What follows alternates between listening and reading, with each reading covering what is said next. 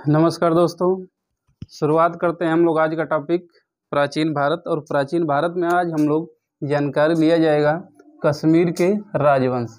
कश्मीर के राजवंश तो शुरू करते हैं। तो पहला है कश्मीर पर शासन करने वाले शासकों का क्रम। तो इसमें 3 मुख्य वंश है। पहला कारकोट वंश, दूसरा उत्पल वंश और तीसरा लोहार वंश। तो कौन सा वंश? कारकोट, उत्पल, लोहार। ठीक, पहला जो वंश है कारकोट वंश।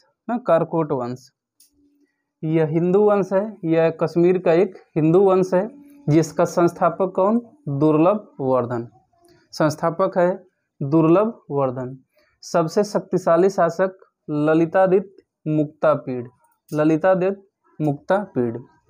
और इसने कश्मीर में मार्तंड मंदिर का निर्माण करवाया था। तो बहुत इंपॉर्टेंट ये तथ्य है कि कश्मीर में मार्तंड मंदिर का निर्माणकर्ता कौन है? तो ललितादित्य मुक्तापीड़। ठीक, तो ये कारकोट वंश का एक जानकारी है। दूसरा जो वंश है उत्पल वंश। उत्पल वंश संस्थापक अवंती वर्मन। संस्थापक कौन है? अवंती वर्मन।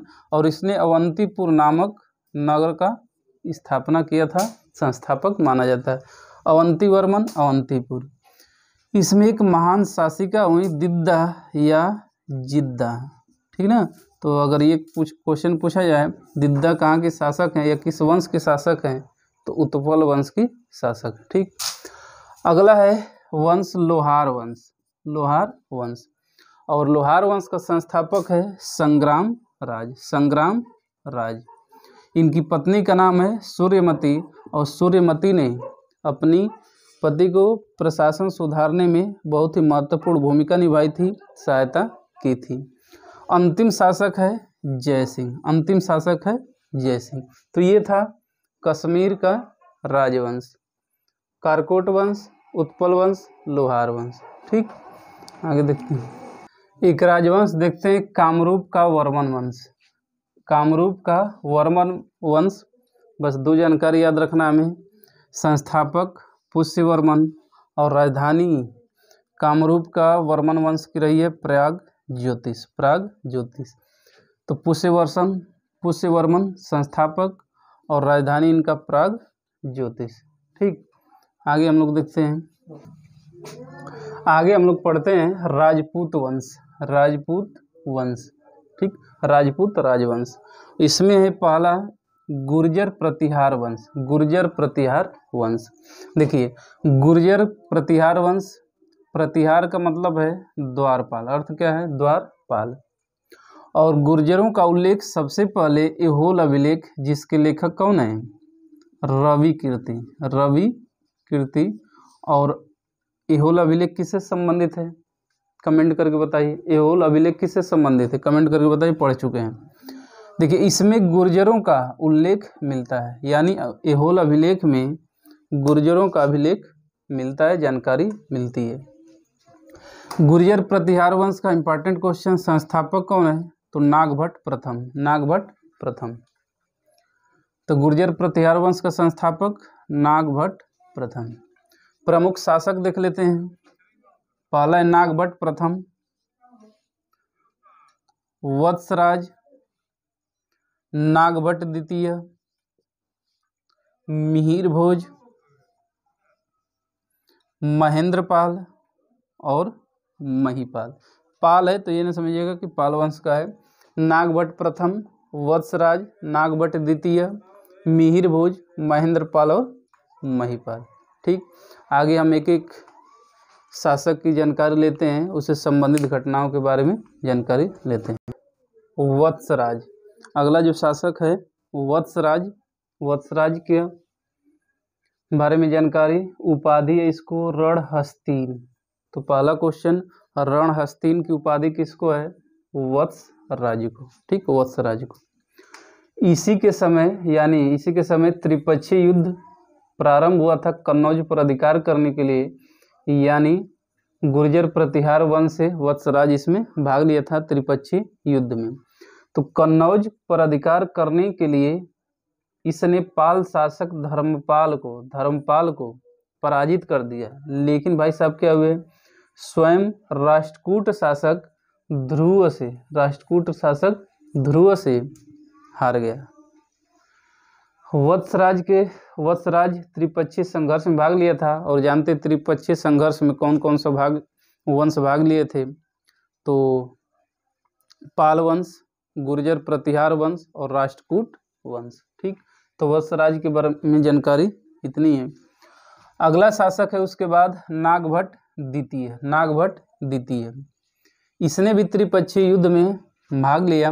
यह पाल शासक धर्मपाल को भी पराजित किया है, और लेकिन राष्ट्रकूट शासक गोविंद तृतीय से पराजित हो गया। ठीक, तो नागभट्ट प्रथम पाल शासक धर्मपाल को पराजित किया, लेकिन ये भी हार गए किससे? राष्ट्रकूट शासक गोविंद तृतीय से। तो ये जानकारी थी। आगे और शासकों के बारे में देखते हैं। अगला जो शासक है बहुत ही महत्वपूर्ण शासक है, और इससे संबंधित क्वेश्चन आते हैं। गुर्जर प्रतिहार वंश का सबसे प्रतापी शासक हुआ है मिहिर भोज। पहली जानकारी लेते हैं, उपाधि इसको क्या है?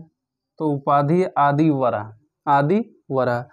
ऐसा उपाधि उसने क्यों धारण किया है? क्योंकि वह विष्णु का उपासक है, यानी विष्णु का उपासक होने के कारण उसने अपने को आदि वरा की उपाधि से सम्मानित किया है। दूसरी एक उपाधि है प्रभास की उपाधि है मिहिर सेन को। देखिए, अरब निवासी सुलेमान ना, पिछले वीडियो में भी आया था कि सुलेमान कहाँ का निवासी है, अरब का, ने मिहिर भोज को अरबों का स्वाभाविक शत्रु बताया है। सुलेमान ने मिहिर भोज को अरबों का स्वाभाविक शत्रु कहा है। कौन? मिहिर भोज। इसे कहा जाता है कि इसने मलेच्छों का नाश कर दिया था, यानी मलेच्छों का नाशक किसे कहते हैं? मिहिर भोज को। देखिए, मिहिर भोज की राजधानी रही है कन्नौज। इसने पराजित किया है पाल शासक देवपाल को और नारायण पाल को। तो इसने पराजित किया है देवपाल को और नारायण पाल को। तो ये सब जानकारी है मिहिर भोज। क्वेश्चन अगर आता है कि गुर्जर प्रतिहार वंश का सबसे प्रतापी शासक कौन है, तो मिहिर भोज। आदिवरा, ये इम्पॉर्टेंट है, वीआईपी क्वेश्चन है कि आदिवरा की उपाधि किसको है, तो मिहिर भोज को। ठीक, आगे जानकारी लेते हैं हम लोग। है महेंद्रपाल, और यहाँ से बहुत इम्पॉर्टेंट क्वेश्चन बन के आते हैं। पहला क्वेश्चन है, इसके दरबार में एक बहुत ही विद्वान व्यक्ति राजशेखर नामक विद्वान रहते थे, जिन्होंने निम्न पुस्तकों की रचना की, और इन पुस्तकों को पूछा गया है। पहली पुस्तक है राजशेखर की कर्पूर मंजरी, और ये क्वेश्चन एग्जाम में आया हुआ है कि कर्पूर मंजरी किसकी रचना है, तो राजशेखर की। दूसरी है काव्य मीमांसा, ये भी रचना राजशेखर की। तीसरी है बाल रामायण, और चौथी पुस्तक का नाम है विशाल भंजिका। ठीक, विशाल भंजिका है। तो ये चार पुस्तकें हैं महेंद्रपाल की। कर्पूर मंजरी सबसे ज़्यादा क्वेश्चन पूछा गया है, काव्य मीमांसा, बाल रामायण और विशाल भंजिका। ठीक, वीआईपी क्वेश्चन ये है। ठीक ना, महेंद्रपाल के दरबार में कौन रहते हैं? राजशेखर, जिन्होंने कर्पूर मंजरी, काव्य मीमांसा, बाल रामायण और विशाल भंजिका की रचना की। अंतिम शासक ऐसा माना जाता है कौन? महिपाल को राष्ट्रकूट शासक इंद्र तृतीय ने पराजित कर दिया, और ऐसा कहा जाता है कि इंद्र तृतीय ने जो इनकी राजधानी थी कन्नौज, उसको तहस नहस कर दिया। दोस्तों, ये सब जानकारी थी गुर्जर प्रतिहार वंश की। ठीक, आगे हम लोग अगला टॉपिक किया जाएगा नेक्स्ट वीडियो में। वीडियो को लाइक, शेयर और सब्सक्राइब जरूर करिए, एक दूसरे को फॉरवर्ड करिए ताकि अधिक से अधिक लाभान्वित हो सकें। केवल यह क्या एक रिवीजन है, आप 10 मिनट में 15 मिनट में एक टॉपिक का रिवीजन कर सकते हैं, खेलते हुए कूदते हुए कभी भी कर सकते हैं। चलिए, बहुत बहुत धन्यवाद।